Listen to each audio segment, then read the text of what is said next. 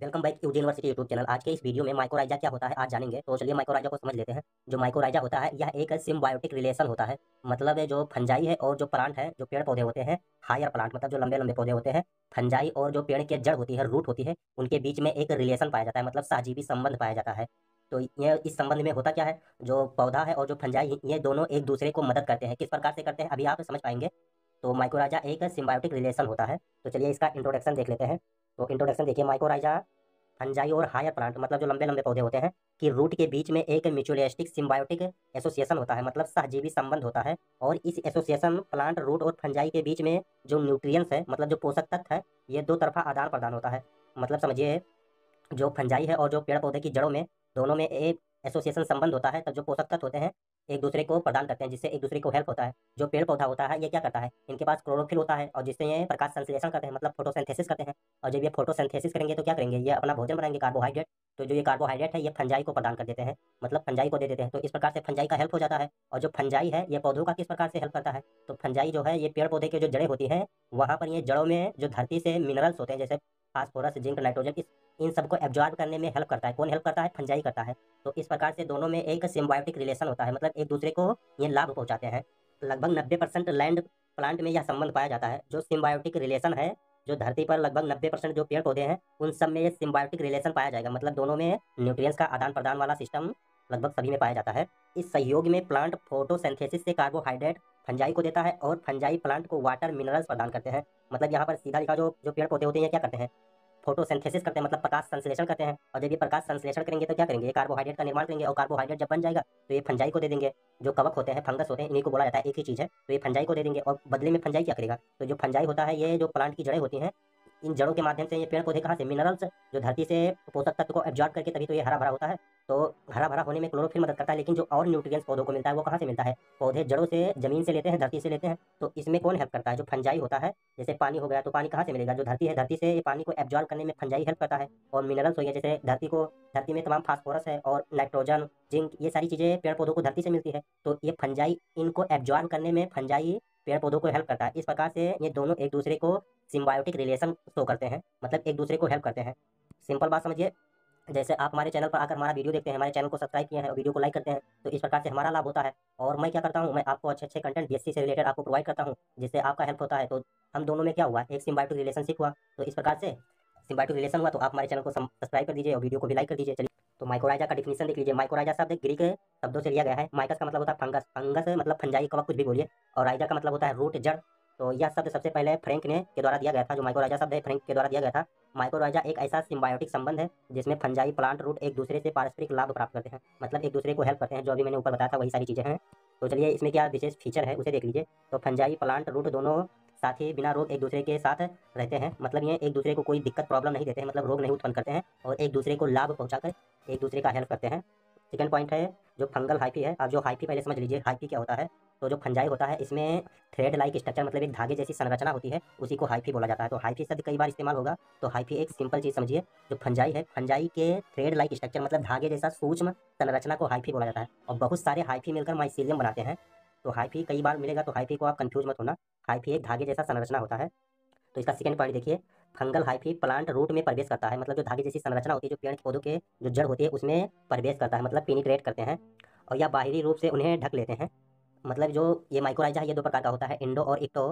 जो इंडो होगा तो इंडो वाले में ये अंदर प्रवेश कर जाएगा और इक्टो वाले में ये बाहर रहेगा। अभी आपको इसी वीडियो में मिलेगा। तो इसका तीसरा वाला पॉइंट देखिए, यह इंटरेक्शन रूट सरफेस एरिया को बढ़ाता है, जिससे न्यूट्रिएंट अपटेक बेहतर होता है। मतलब जो ये फंजाई और पेड़ पौधों का जो सिम्बायोटिक रिलेशन है, इस रिलेशन में क्या होगा, जो पेड़ पौधे की जड़ें होंगी वो जड़ें ज़्यादा दूर तक फैल जाएंगी, मतलब जमीन में ज़्यादा दूर तक की जब उनकी जड़ें फैल जाएगी तब ये ज़्यादा न्यूट्रिएंट्स एब्जॉर्ब करेंगे। मतलब जितना लंबा जड़ होगा तो ये धरती से उतना ही ज़्यादा ये न्यूट्रिएंट्स है, जैसे जो मिनरल्स है, फास्फोरस, जिंक, नाइट्रोजन, ये सारी चीज़ें धरती से ज़्यादा एब्जॉर्ब करेंगे, मतलब ज़्यादा अवशोषित करेंगे। जब ये ज़्यादा अवशोषित करेंगे तो क्या होगा, पेड़ पौधा मतलब हरा भरा रहेगा, सूखा नहीं रहेगा।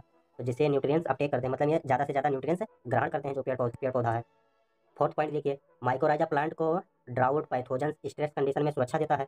मतलब जो ये माइकोराइजा है, मतलब इसके जड़ों में जब ये न्यूट्रिएंट्स का एब्जॉर्ब करता है, तो जब ये न्यूट्रिएंट्स ज़्यादा एब्जॉर्ब करेगा तो पेड़ पौधा सूखेगा नहीं। ड्राउट का मतलब है सूखेगा नहीं। पैथोजन कोई बीमारी नहीं होगी। और ये स्ट्रेस कंडीशन में, मतलब जो चिंता वाली कंडीशन होती है उसमें नहीं जाएंगे, मतलब पेड़ पौधा अच्छा से हरा भरा रहेगा, तंदुरुस्त रहेगा। सिंपल समझिए। अब चलिए माइकोराइजा का टाइप देख लेते हैं, मतलब कितने प्रकार के होते हैं। तो माइकोराइजा मेनली दो प्रकार के होते हैं और यही आपके एग्जाम में पूछा जाता है।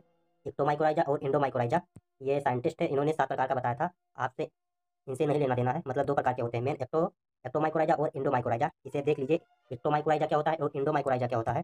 तो एक्टोमाइकोराइजा देखिए, तो यह फंगल हाइफी, हाइफी शब्द कई बार इस्तेमाल हुआ। हाइफी का मतलब है जो फंगस के थ्रेड लाइक स्ट्रक्चर होते हैं, मतलब जो धागे जैसी संरचना होती है या बहुत सूक्ष्म संरचना होती है, तो उसी को हाइफी बोला जाता है। तो हाइफी से कंफ्यूज मत होना। तो फंगल हाइफी प्लांट रूट के सरफेस के बाहर एक इवेंट बनाता है।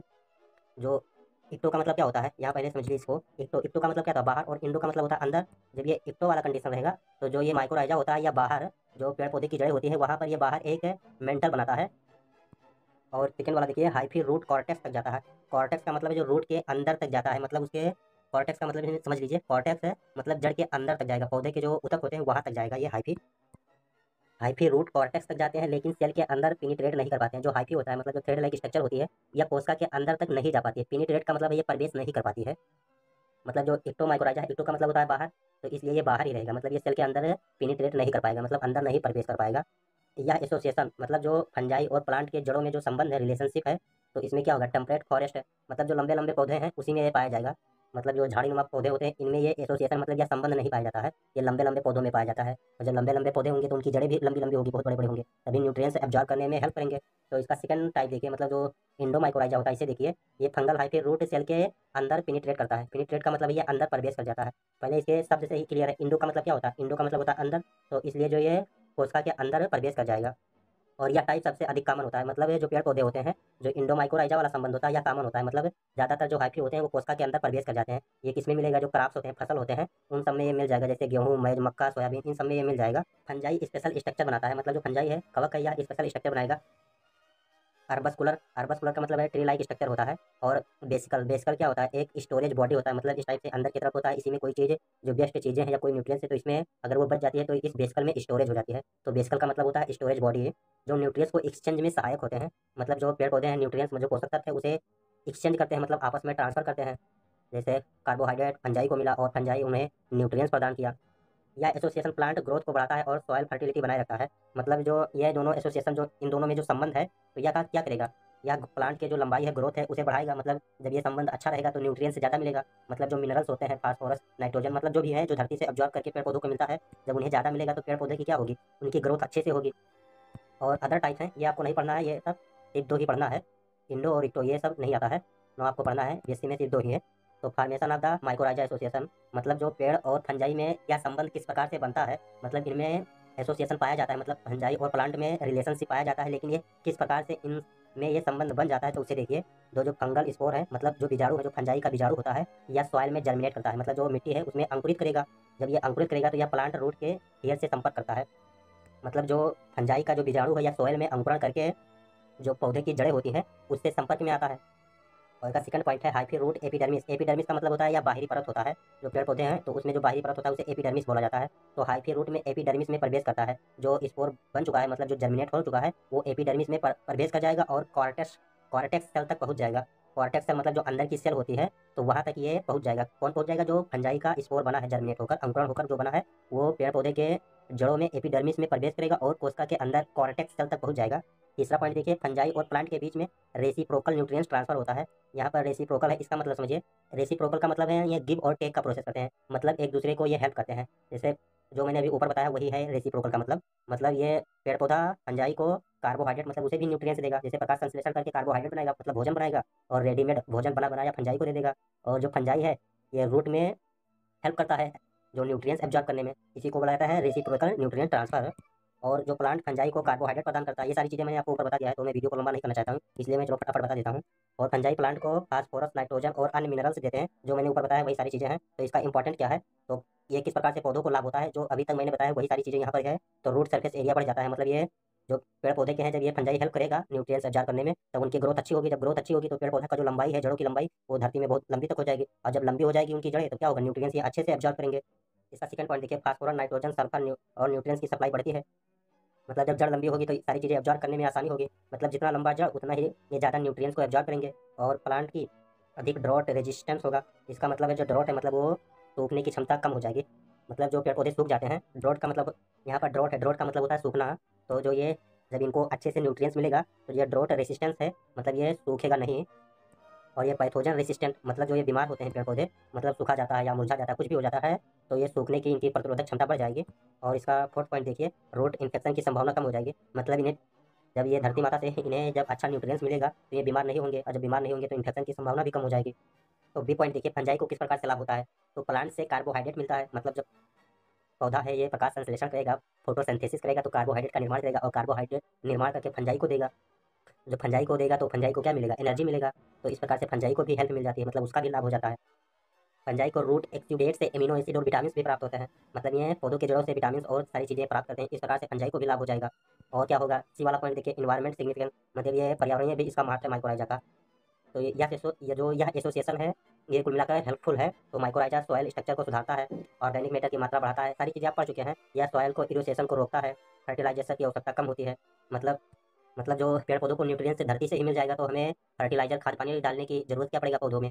तो सारी न्यूट्रिएंट्स धरती से लगभग मिल जाएगा, तो हमें फर्टिलाइजर की मात्रा कम डालनी पड़ेगी। तो इस प्रकार से हेल्प करेगा। और प्लांट बायोडाइवर्सिटी और इकोसिस्टम में स्टेब्लिश बनाए रखता है।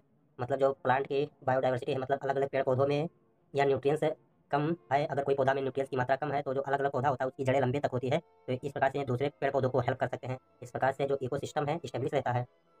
तो इस प्रकार से माइक्रोराइजा वाला टॉपिक समाप्त होता है, और इसका यहाँ पर कुछ मेन पॉइंट दिया हुआ, तो इसे पढ़ सकते हैं। मैंने थ्योरी जो थ्योरिकल चीज़ें मैं बता दिया हूँ, ये वही सारी चीज़ें यहाँ पर लिखा हुआ है। तो जो अभी मैंने ऊपर बताया वही सारी चीज़ें पढ़कर यही सारी चीज़ें पॉइंट निकल कर आएगा, तो आप इसे पढ़ लीजिएगा या नोट्स बना लीजिएगा। इसका कंक्लूजन वाला पार्ट देख लीजिए। कंक्लूजन में मतलब जो सारी चीज़ें पढ़े हैं वही सारी चीज़ें का यहाँ पर निष्कर्ष दिया हुआ है। तो इस प्रकार से माइक्रोराइजा वाला टॉपिक समाप्त होता है। अगर आप चैनल पर पहली बार आए हैं तो चैनल को सब्सक्राइब कर लीजिए, और इसका पीडीएफ मैं टेलीग्राम पर सेंड कर देता हूँ, अगर आपको चाहिए तो ज्वाइन कर सकते हैं। तो thank for watching my video, फिर मिलते हैं नेक्स्ट वीडियो में, और चैनल को सब्सक्राइब कर दीजिए।